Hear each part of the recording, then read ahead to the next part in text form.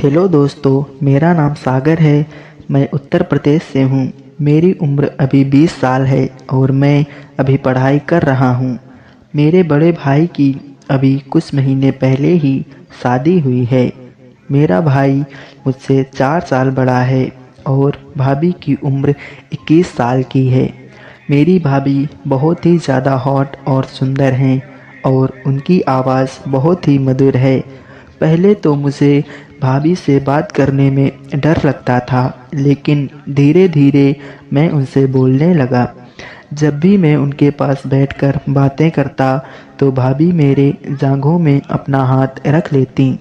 भाभी को बुरा ना लग जाए इसलिए मैं अपनी भाभी से कुछ नहीं कह पाता था। एक बार मैं फ़ोन में कुछ वैसी फ़ोटो देख रहा था तो मेरी भाभी पीछे से आई और ये सब देखकर मेरा फ़ोन छीन लिया और मुझसे पूछती हैं कि राजू, तुम ये क्या देख रहे थे। चूँकि भाभी ने तो सब कुछ देख ही लिया था, इसलिए मैंने भाभी से बता दिया कि भाभी, मैं वैसी फ़ोटो और वीडियो देख रहा था। भाभी ने पूछा कि ये सब क्यों देख रहे थे राजू। फिर मैंने भाभी से कहा कि भाभी, आप तो जानती ही हैं कि मेरे पास कोई गर्लफ्रेंड नहीं है। मेरा भी मन वो सब करने का होता है। भाभी थोड़ा शांत रहने के बाद मुझसे कहती हैं कि बस इतनी सी बात, ये बात थी तो पहले बताना चाहिए। मैं किस लिए हूँ, अपने देवर की इतनी ख्वाहिश तो पूरी कर ही सकती हूँ। यह सुनने के बाद मुझे सपना जैसा लग रहा था कि भाभी मजाक तो नहीं। फिर भाभी ने कहा कि लेकिन राजू, तुम्हें कुछ दिन इंतज़ार करना पड़ेगा, क्योंकि मैं तुम्हारे भाई के साथ कुछ दिनों के लिए घूमने जा रही हूँ।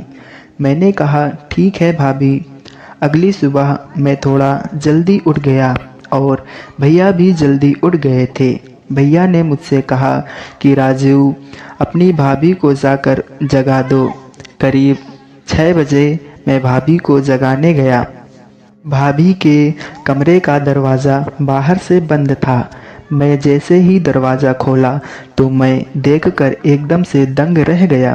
भाभी ऐसे कपड़े पहने थी कि सब कुछ दिख रहा था। मन कर रहा था कि मैं भी भाभी के पास जाकर सो जाऊं।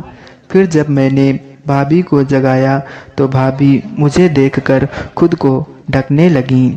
फिर मुझसे पूछा, राजू, इतनी सुबह यहाँ क्या कर रहे हो। मैंने कहा, भाभी, भैया ने आपको जगाने के लिए कहा था। और मैं अपनी भाभी से पूछा कि भाभी, आप इन्हीं कपड़ों में भैया के साथ सोती हो।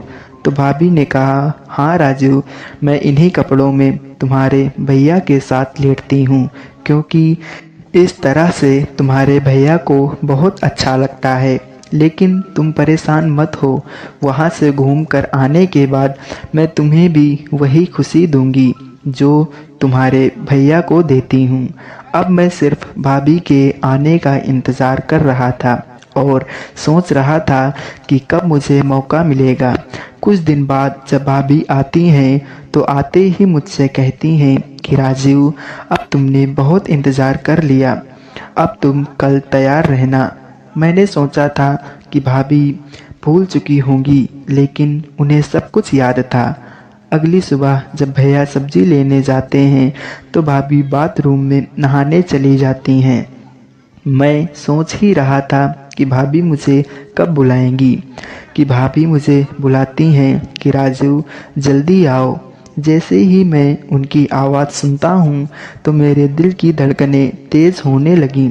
लेकिन फिर भी मैं दरवाज़ा खोलकर बाथरूम के अंदर गया और भाभी को देखकर एकदम से हैरान हो गया, क्योंकि मेरी भाभी दूध जैसी सफ़ेद दिख रही थी।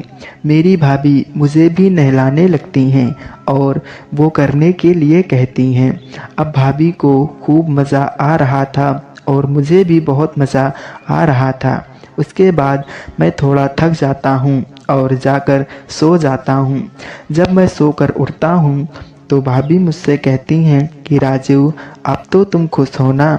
मैंने कहा कि हाँ भाभी, अब मैं बहुत ज़्यादा खुश हूँ। फिर भाभी ने कहा कि जब भी तुम्हारा मन हो तो तुम मेरे पास आ जाना और आज के बाद उस तरह की फ़ोटो मत देखना। मैं बहुत खुश था और जब भी मेरा मन होता तो मैं अपनी भाभी के पास चला जाता और भाभी मुझे बिल्कुल खुश कर देती।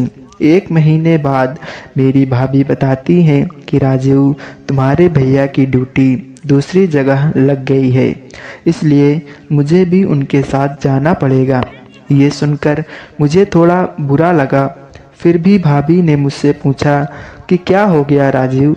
मैंने कहा, भाभी अभी तक तो आप मेरा साथ दे देते थे, आपके जाने के बाद मुझे किसके साथ खुशी मिलेगी। मैं मन में सोचने लगा कि अब तो मैं अकेला हो जाऊंगा। मैंने भाभी से कहा कि भाभी, आपके रिलेशन की एक लड़की मुझे बहुत अच्छी लगती है, आप मेरे लिए उससे बात करो ना। भाभी ने पूछा कि नाम क्या है राजीव। मैंने रिंकी नाम बताया। अच्छा, वो रिंकी, वो तो मेरे चाचा की लड़की है। भाभी थोड़ा मुस्कुराई और बोली कि वो तो अभी छोटी है और उसकी उम्र अभी 16 साल है, फिर भी मैं उससे बात करूंगी। ये कहकर भाभी शहर चली जाती हैं। अब मैं खुद को बहुत ही अकेला महसूस करने लगा था। 2 दिन बाद भाभी का फ़ोन आता है और कहती हैं कि रिंकी बात करने के लिए मान गई और मुझे उसका नंबर दे देती हैं। मैं अब रिंकी से बात करने लगा। रिंकी भी बहुत सुंदर थी। रिंकी से रात रात भर बातें करने लगा और दोनों बहुत ही रोमांटिक बातें करते। रिंकी थोड़ा दूर रहती थी, इसलिए वह मिलने नहीं आ पाती थी, लेकिन केयर बहुत करती थी। कुछ महीनों बाद जब रिंकी मिलने आती है तो तुरंत ही गले लग जाती है और प्यार भी बहुत करती है। दोस्तों, छोटी सी स्टोरी अगर आपको पसंद आई हो तो प्लीज़ वीडियो को लाइक एंड चैनल को सब्सक्राइब कर दें तथा अपने अपने दोस्तों को ज़रूर शेयर करें।